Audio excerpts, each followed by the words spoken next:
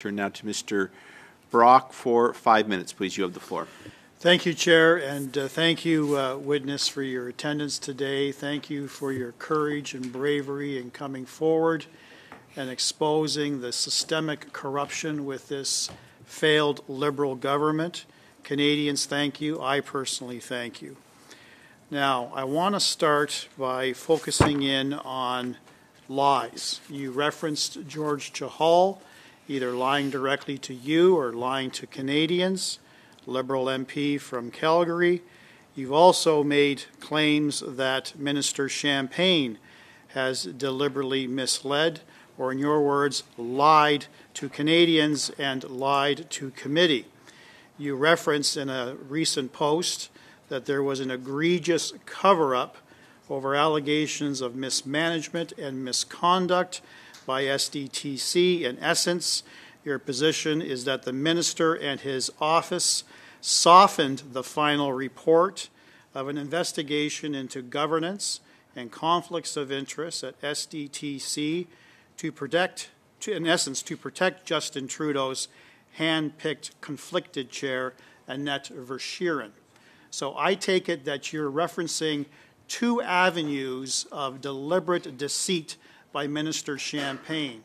One in relation to the report when it was received, and your allegation, sir, that it was manipulated, or in your words, softened, and actually the timing by which he shared the news with Canadians that he took action. Am I accurate in that assessment?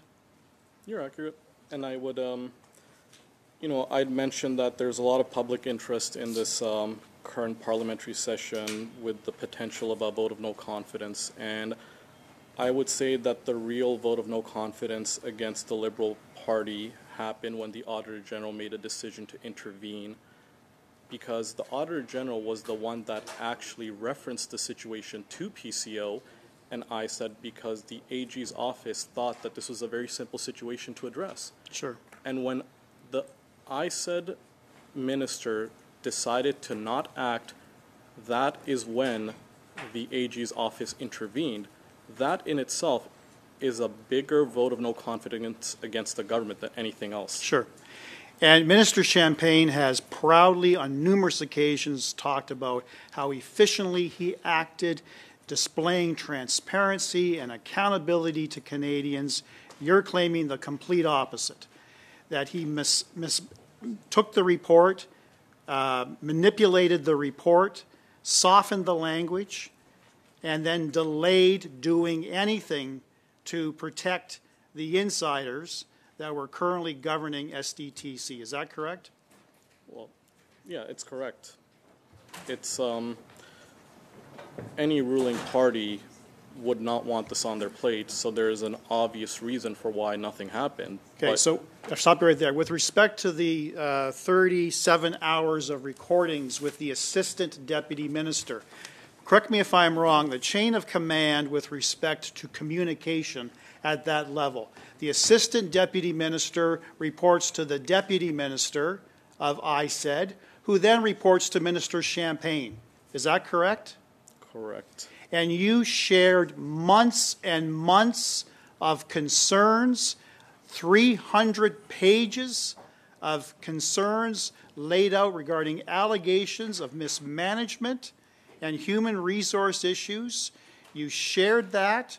You shared that with the ADM, and I'm now telling you that likely the ADM most assuredly transferred that knowledge to the Deputy Minister, who transferred that knowledge to Minister Champagne, and no one did anything until the fall of 2023. Is that accurate?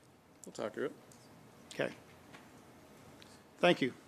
No further questions. Thank you. My apologies. I do. My apologies, Chair. I have 30 seconds. You have 30 seconds. Would you table, sir, you referenced the 37 hours of transcripts of the ISED conversations with the ADM. Will you table those transcripts with this committee, please? Sure. Thank you. Those are the questions. Thank you very much. Ms. Yip, you have the floor for 5 minutes, please. Thank you, Chair. And thank you to the witness for bravely coming forward. I'd like to go back to some of Mr. Brock's references here about implying that the minister manipulated the ruse or slowed down the findings and so forth. What evidence is there that he did that, the minister?